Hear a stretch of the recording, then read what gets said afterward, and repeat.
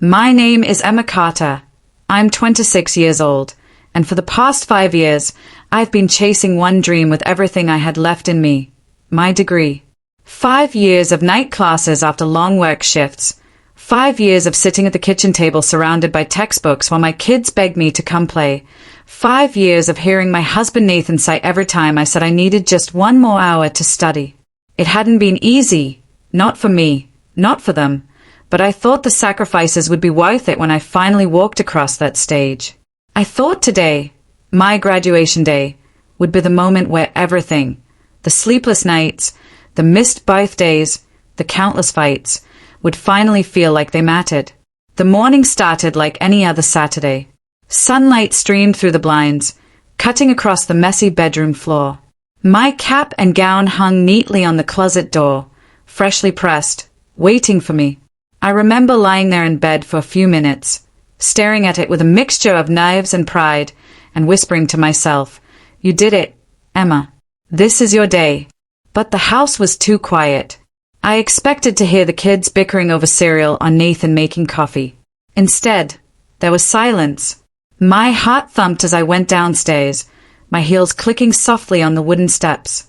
And then I saw it, sitting carelessly on the kitchen counter like an unpaid bill.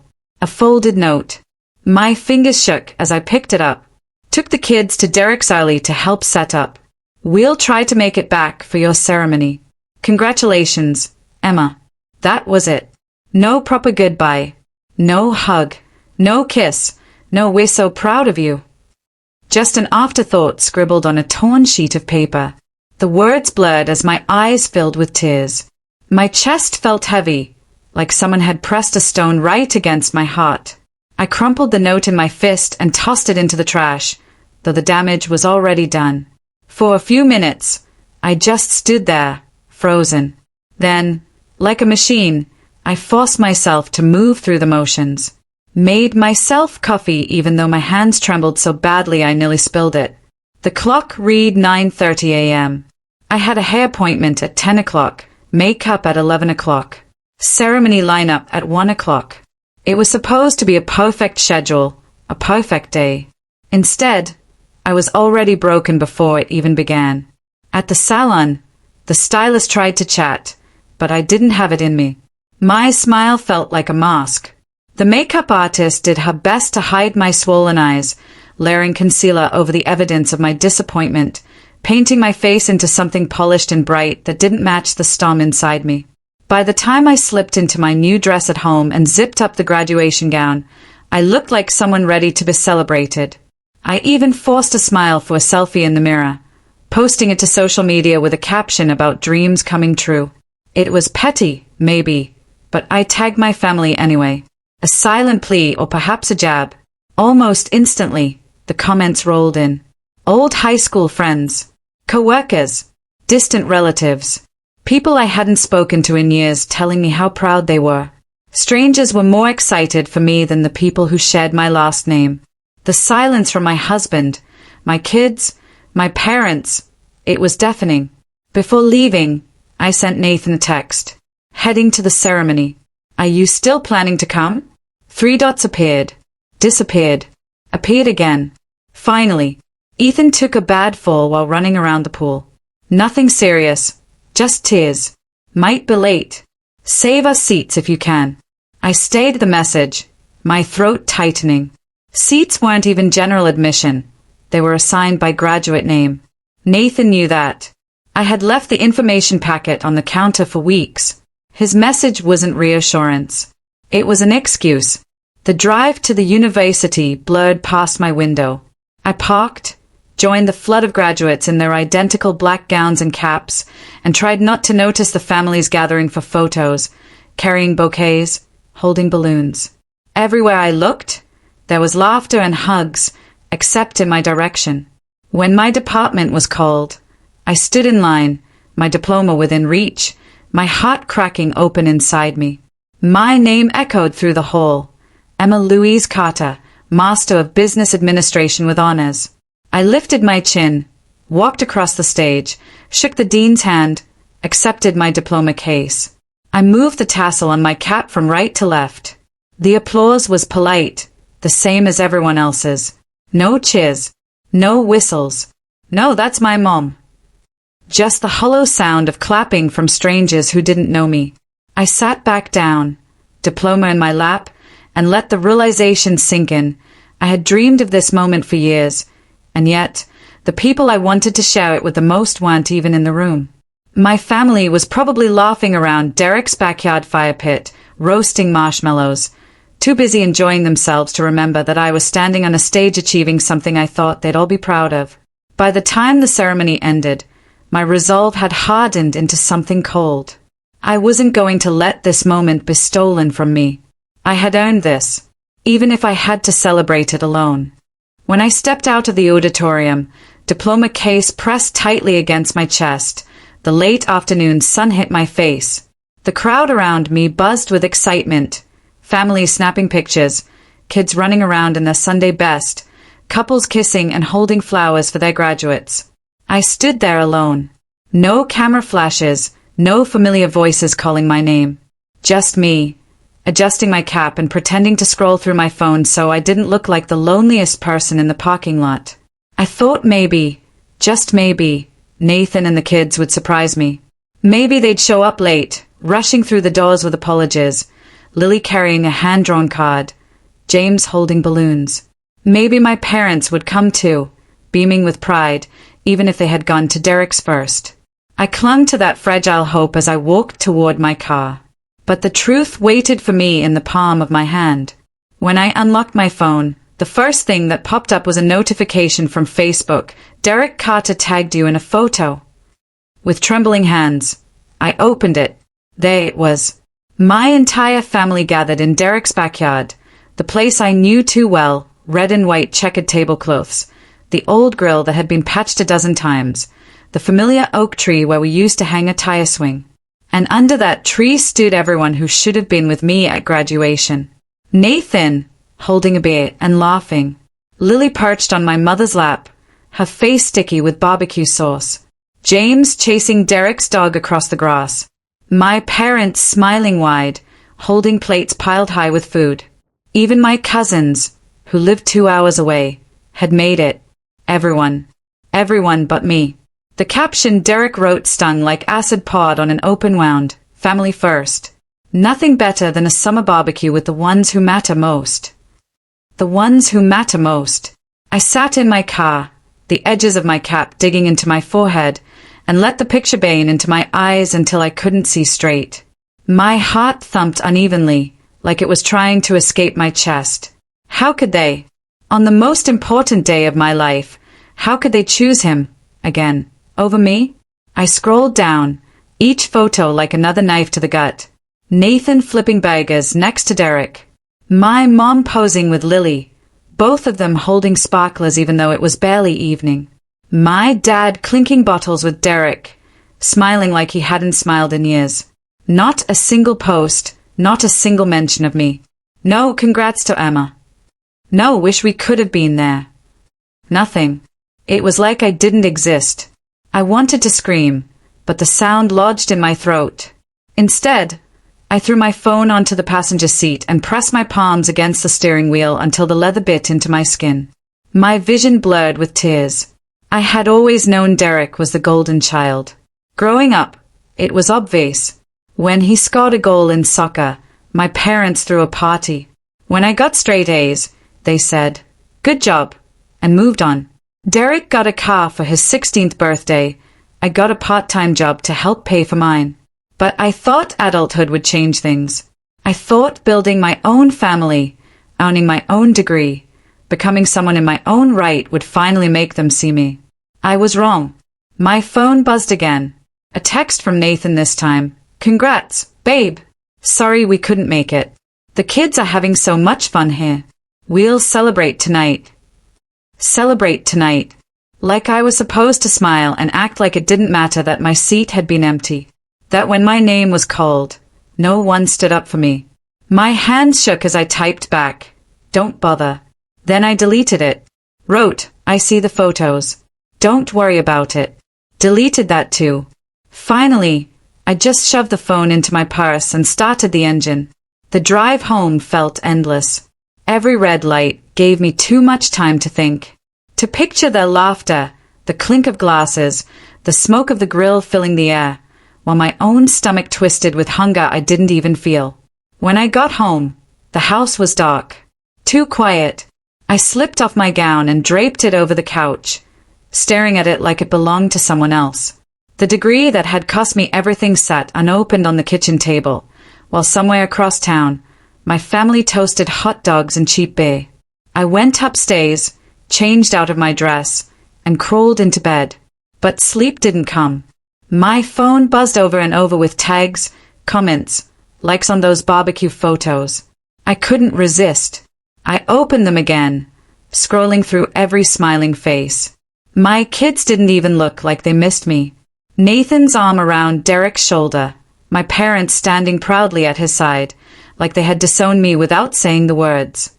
For hours, I lay there, staring at the ceiling, my chest heavy with something darker than sadness. Resentment. It spread through me like wildfire. I wasn't just hurt. I was angry. Angry at Nathan for letting me down. Angry at my parents for never choosing me. Angry at Derek for always taking the spotlight. Angry at myself for still craving their approval after all these years. By the time the night deepened and the last notification buzzed, I knew something inside me had cracked. Tomorrow, I told myself. Tomorrow, I'll make them see me. I didn't know how yet, but I swore I wouldn't let them erase me from my own life. The next morning, sunlight spilled across my bedroom, but it felt like the room was cloaked in shadow. My gown was still hanging on the chair, wrinkled from being tossed aside. My diploma case lay unopened on the dresser, like some cruel joke. I should have been glowing with pride, showing my kids the certificate I'd worked half a decade for. Instead, I felt hollow. I shuffled downstairs, the quiet hum of the refrigerator the only sound in the house. Nathan and the kids hadn't come home last night. Maybe they stayed over at Derek's. Maybe they didn't even think to call. I made coffee, staring blankly as the dark liquid filled the pot. My phone sat on the counter, dark screen reflecting my tired face. I hadn't checked it since the night before. But something in me, it wasn't hope exactly, more like morbid curiosity, compelled me to pick it up. The screen lit up with missed calls and messages. Not from Nathan. Not from my parents. From an unknown number. My heart skipped. I swiped, and the voicemail played, the voice crisp and professional. This is Mercy General Hospital calling regarding your son, James Carter. He was admitted last night after a poolside accident. Please contact us immediately. The mug slipped from my hand, shattering against the tile. Hot coffee splashed across my feet, but I barely felt it. My vision tunneled. The words echoed, your son, admitted, accident. Hands trembling, I called back. The nurse answered, calm but firm, telling me James had slipped by the pool, hit his arm, and fractured it. He was stable. He'd been crying for hours, asking for me. I didn't even bother changing out of my pajamas. I grabbed my keys, heart pounding, and sped to the hospital. Red lights blurred, my hands gripping the wheel so hard my knuckles whitened. My mind raced with images. James screaming, James lying unconscious, James needing me while I wasn't there. When I finally burst through the hospital doors, the sterile smell of antiseptic hit me. The receptionist barely finished giving directions before I was sprinting down the hallway. And then I saw them. Nathan, sitting slumped in a chair outside the room, eyes bloodshot like he hadn't slept. Lily curled up on my mother's lap, half asleep, a lollipop sticking to her fingers. My father talking in low tones with Derek, who leaned against the wall like he owned the place. And inside the room, through the half-open door, was James. My little boy, his arm in a bright blue cast, tears still streaked across his cheeks, his tiny chest rising and falling in uneven breaths. Mommy! His voice cracked the moment he saw me. I rushed in, gathering him carefully into my arms. His small body clung to me, trembling. I kissed the top of his head, tears spilling freely now. I'm here, baby. Mommy's here. I'm so sorry. Behind me, I could feel the weight of everyone's eyes. Nathan stepped into the room, guilt etched across his face. Emma, I was going to call. Don't. My voice was sharp, cold. I didn't look at him. My hand stroked James's hair, my entire body shielding him. But his okay, Nathan tried again. It wasn't as bad as it looked. I spun on him, my voice rising. Not as bad. He's 7 years old, Nathan. He could have hit his head. He could have drowned. And where was I? Alone at home because you left me, on my graduation day. The words rang through the sterile room. Lily stared, my mother clutching her tighter. My father's jaw tightened, but he said nothing. Derek shifted uncomfortably, eyes darting to the floor. I didn't know, Nathan stammered. You didn't care. My voice broke. None of you did. You chose Derek's barbecue over me, over watching me walk across that stage. And now this accident. You let my child get hurt while you were too busy drinking and laughing. The silence that followed was suffocating. My mother tried to speak, her voice small. Emma, honey, we didn't mean. I cut her off, years of pain boiling over. Didn't mean what? To miss the most important day of my life? To show me again and again that Derek matters more? To let my kids grow up thinking their mother isn't worth showing up for? My father bristled, his voice hard. Don't talk like that in front of the children. I laughed bitterly, though it came out more like a sob. The children already know. They saw you there. They saw you cheering for Derek while their mom walked across the stage to empty seats. James whimpered softly, and I softened, kissing his forehead. But you know what, sweetheart? I whispered to him, though my voice carried to everyone else in the room. You don't need a crowd to know you're worth something. Mommy learned that the hard way. Nathan looked like I had struck him.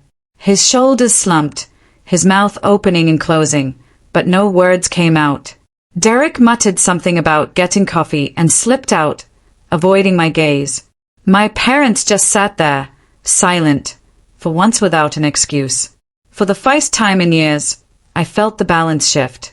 I wasn't begging for their approval anymore. I wasn't shrinking in Derek's shadow. I wasn't waiting for Nathan to finally put me first.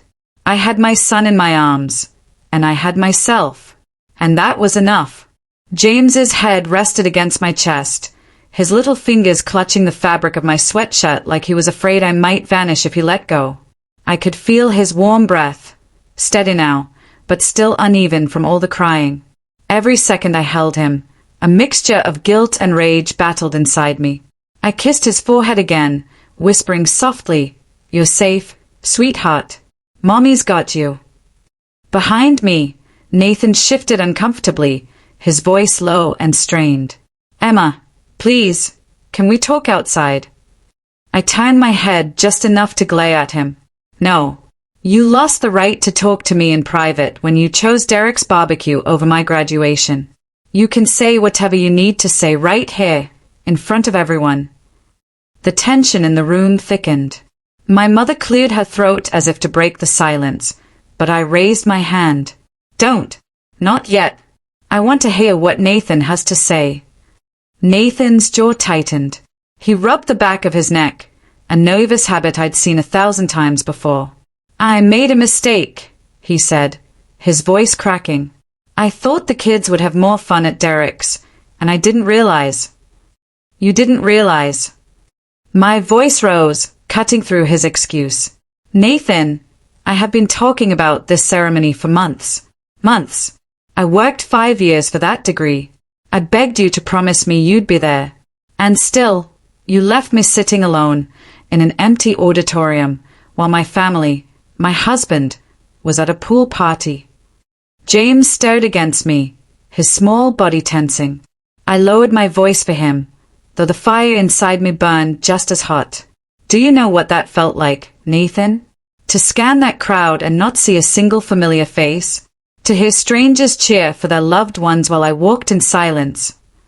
Nathan's eyes glistened, but he didn't move closer. He knew better. I'm sorry, Emma. I really am. But one mistake. One mistake. I cut in, laughing bitterly. This wasn't just one mistake. This was a pattern. Every birthday, every milestone, every moment where I asked you to show up, you always had an excuse. Wake, Derek, something else more important. And last night, my own kids didn't even care enough to be there because you convinced them the pool was more fun than their mother's biggest achievement.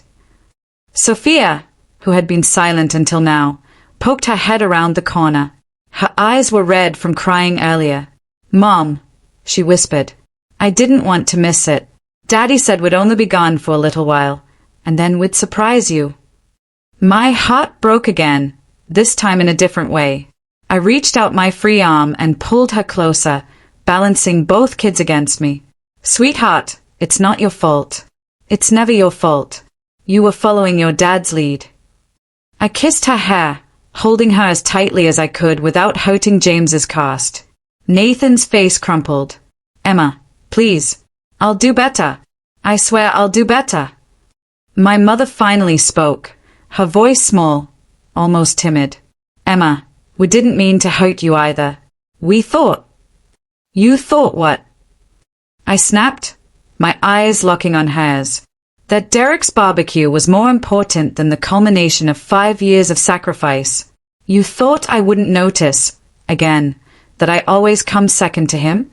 Do you know how humiliating it was to stand there alone, knowing my entire family chose him over me? Do you even care? Tears welled in her eyes. For once, she had no defense. My father looked at me, his face unusually pale. We were wrong, he admitted quietly. We should have been there. The word shocked me. My father never admitted fault. But even hearing him say it didn't dull the ache inside me. It wasn't about the apology anymore. It was about years of being invisible. I straightened, still holding both children.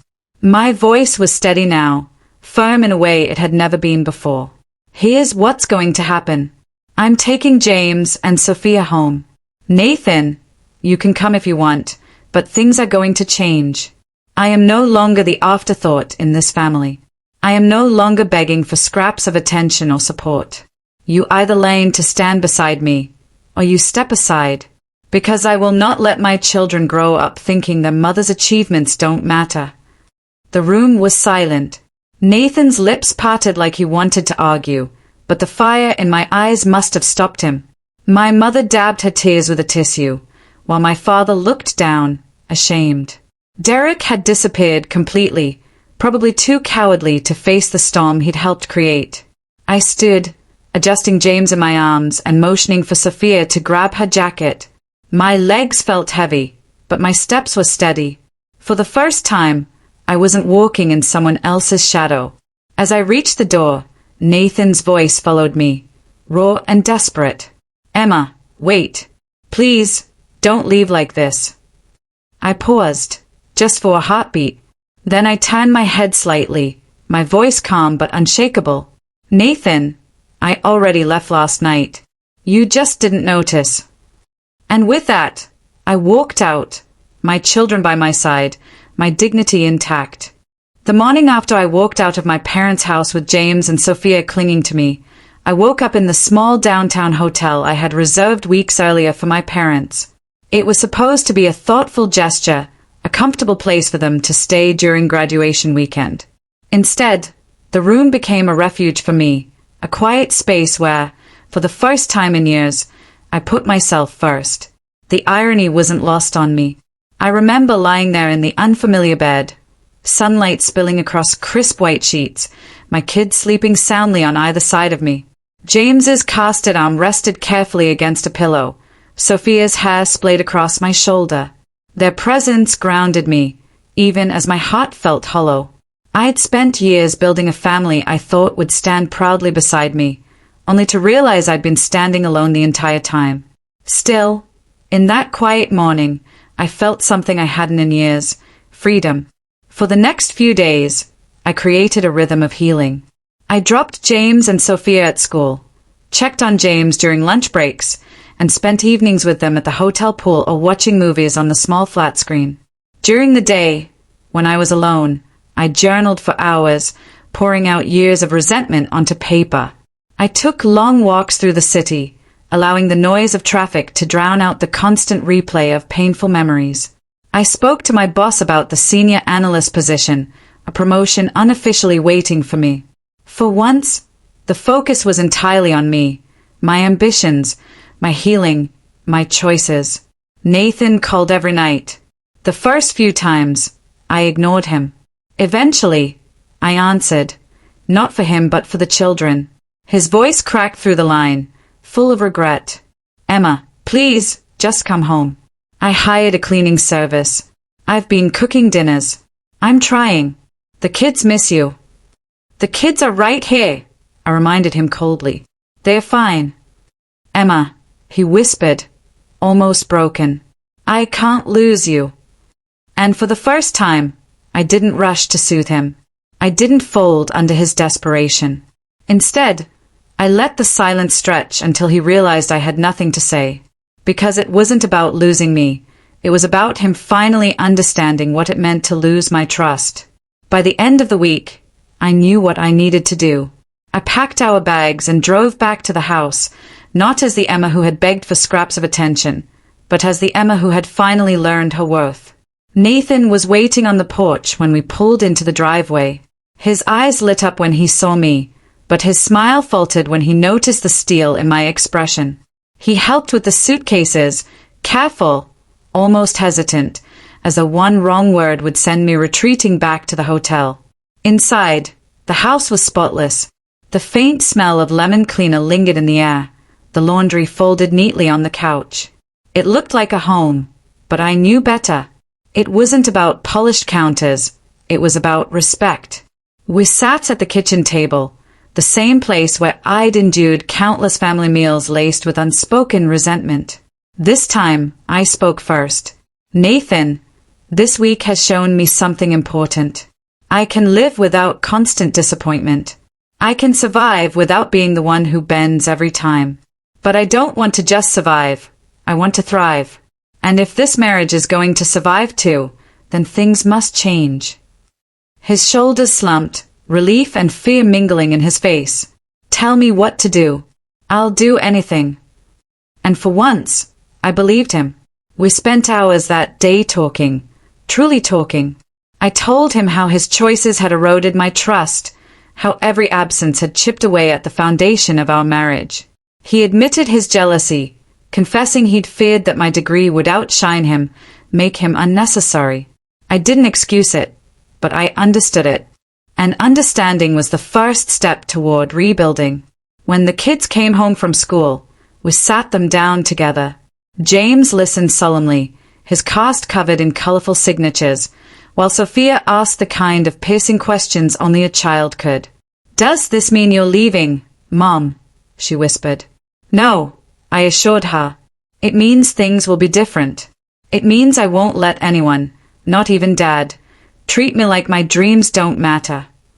Sophia nodded slowly, her eyes wide, while James leaned against me, comforted by the certainty in my voice.